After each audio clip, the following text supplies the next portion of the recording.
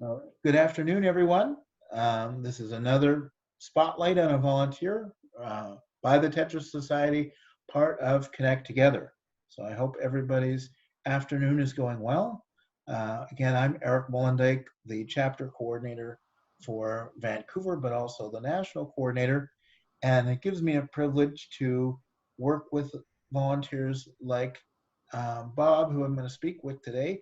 Um, and it's been great seeing as we can't meet face to face to do these interviews.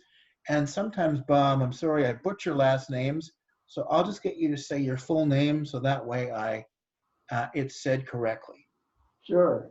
It's Bob. That's pretty simple. No, Potegal. yeah, My the last name. Sorry. yes, Potegal is my Yes, Portugal. without Yes, an R there. yes. So, um, and Bob, what is your, thank you very much for doing this today. And what is your kind of technical discipline or your background? Um, well, I'll say right off the bat, I'm an architect, and why I'm qualifying that is because I was thinking back and I started designing and building things probably when I was 8 years old or so, and have been designing and building things ever since. And I went to school in architecture when I was fairly young, around 16, and spent a couple of years doing that, and then switched over into fine arts and didn't get back to architecture formally until I was 40. But I've been designing everything under the sun for the last 50 years. So, what a unique journey. You know, everybody talks about, I want to follow my lifelong passion. For you, Bob, being an architect, I mean, that you did that as a child. You took a significant break.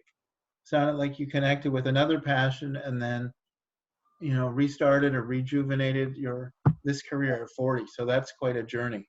Yeah. Well, I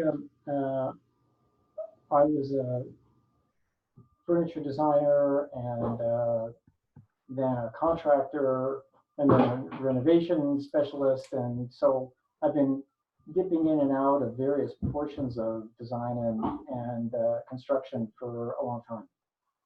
Yes. And so with that skill set, how did you hear about Tetra? Uh, Actually, I didn't hear about Tetra. This was my wife, my partner, Melanie. Um, Sometime where when things started to slow down on the business side, she, who is extensively involved in various um, women's organizations and stuff like that, she had heard about Tetra through her social contacts. And so she said, hey, listen, I've heard about this group of people who seem sort of like you.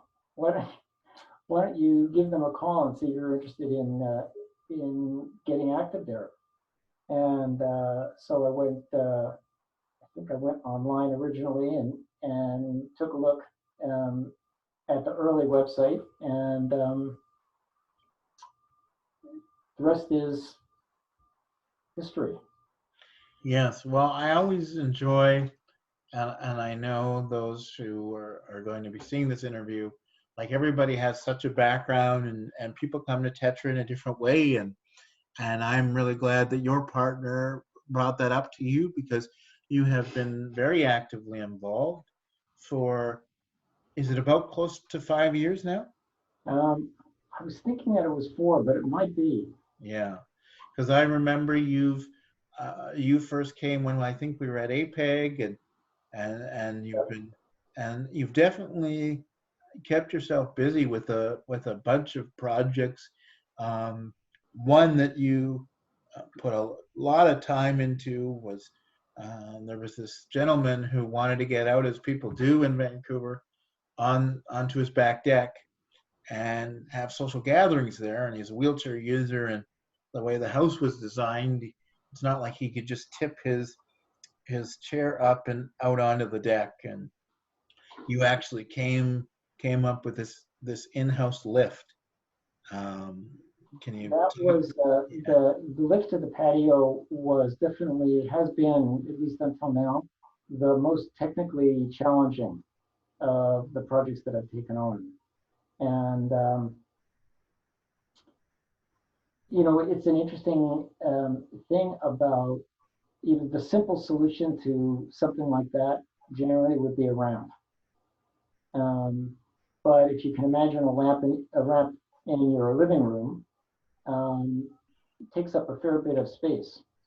And so we needed to come up with something that was more economic in terms of the usable space in his apartment. He also has a partner and two kids. So it was really important that the living room not get totally occupied by this, by whatever he needed to get up there. So doing a lift that took up about 6 square feet was about the limit of what we could do. And no, it's probably 8 square feet maybe. Anyway, um, so that one required quite a bit of design time and then a fair amount of fabrication time. And I have to say that I got incredible support from other Tetra members for various portions of that project. So I had a lot of appreciation for the skill sets of other Tetra members. And that, I mean, that's what always keeps me in awe. I am the first to admit I'm just happy that I was able to connect us on Zoom. I'm not technically minded at all, but I always tell people really the hub of brain power at the meeting is great to see, and then your ability to take the suggestions and come up with this device, as you said, that's usable, that fits in his living room, and he was able to get outside. You've also done adapted cribs. I think you've made adaptations, I know, for strollers, bicycles.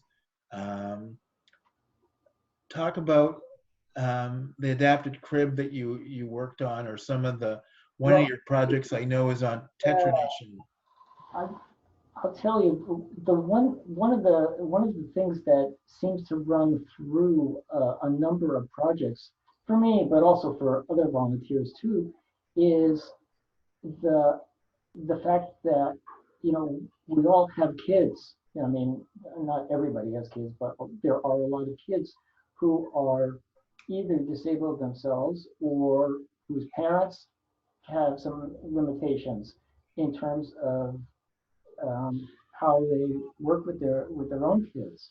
So one of the most really rewarding parts of working in Tetra is that sense of satisfaction that you get when you see kids being able to interact with their parents just way more easily than they had been, or kids in school. I did one project in one of the schools where um, there was a big mobility issue for one of the kids, and the care aides were getting more and more, having more and more difficulties because as she was growing up, she got bigger, heavier, and all of that. So working out how to deal with her mobility issues was really a treat for me to see everyone so happy to be able to function easier in the classroom with her.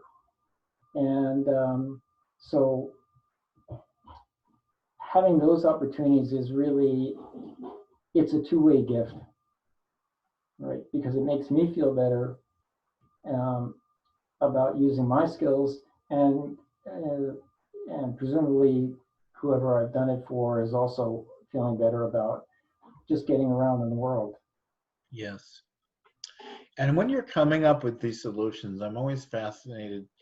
I've asked other volunteers this, but the answer is always different.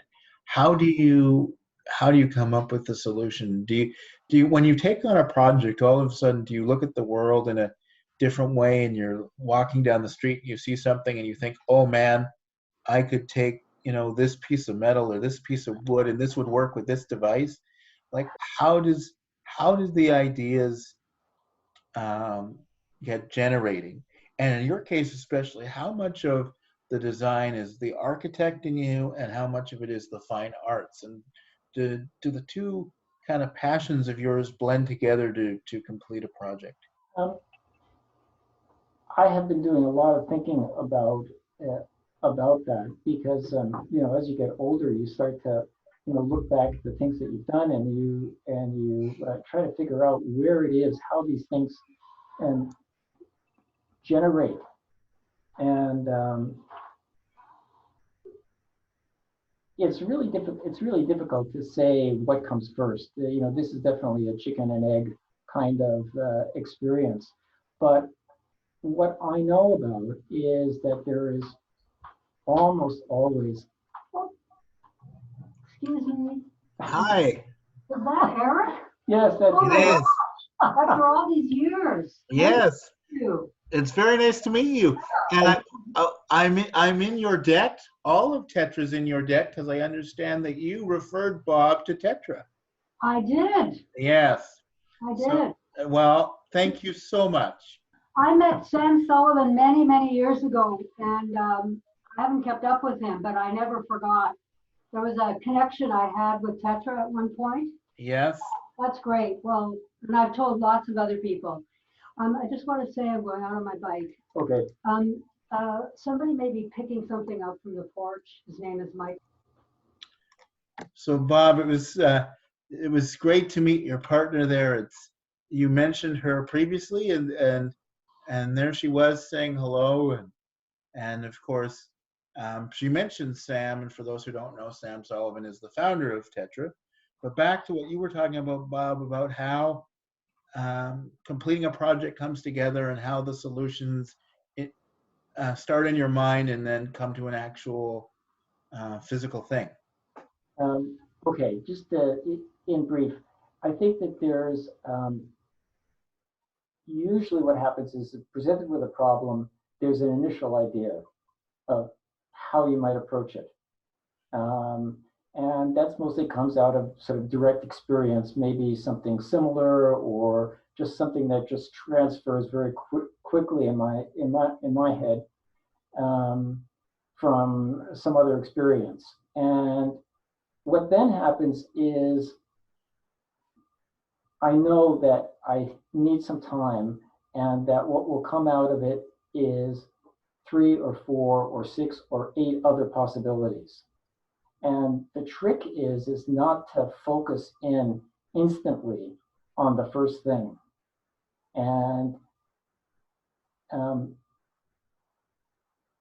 you sort of know when you finally get to the one that's probably the best of the lot of sort of similar ideas, when it starts to get simpler, when the details start to form, and you think, okay, I can see my way from here, from the problem to the solution, and you can see it fairly clearly.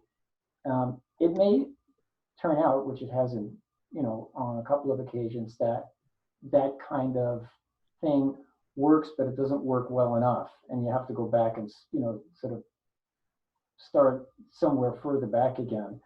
But most of the time, if you give that little extra thinking time about it and not press too hard, I find that what is it, your subconscious, your unconscious, whatever it is, there's some manipulation that happens when you're not thinking that you're thinking about it, and then it gets revealed.